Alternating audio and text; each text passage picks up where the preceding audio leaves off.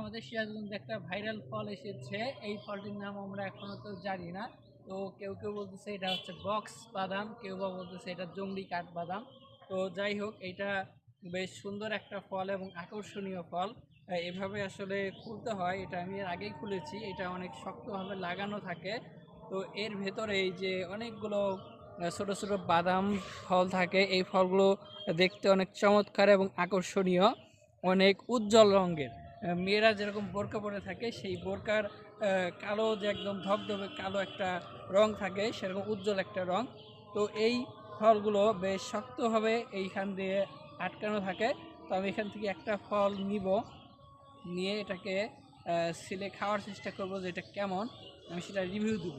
তো এইটার উপরের একটা অংশ থাকে, এটা একটু নরম, এভাবে চাপ দিলেই সেটা খুলে আসে। এরপরে এই ভেতরের দিকে আর একটা অংশ আছে, সেটাও দেখানোর চেষ্টা করব।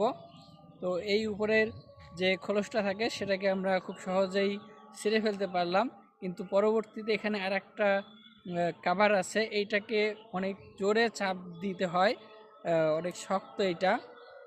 তো একটা অংশ একটা সাইড থেকে ভাঙতে পারলে তারপরে বাকি সাইডগুলো থেকে খুব সহজেই খুলে ফেলা যায় এটা।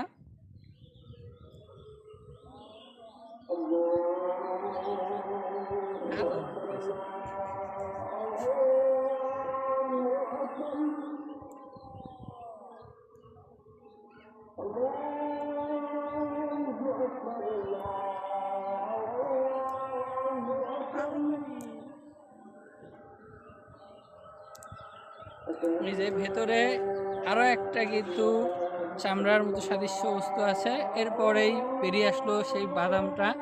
এটা হচ্ছে একদম সাদা ধবধবে আমাদের দেশীয় বাদামের মতো, এবং দুইটা অংশ থাকে এরকম লাগানো থাকে। এটা হচ্ছে দ্বিবীজপত্রী একটা উদ্ভিদের বীজ, আর এটাই কিন্তু ভক্ষণযোগ্য অংশ।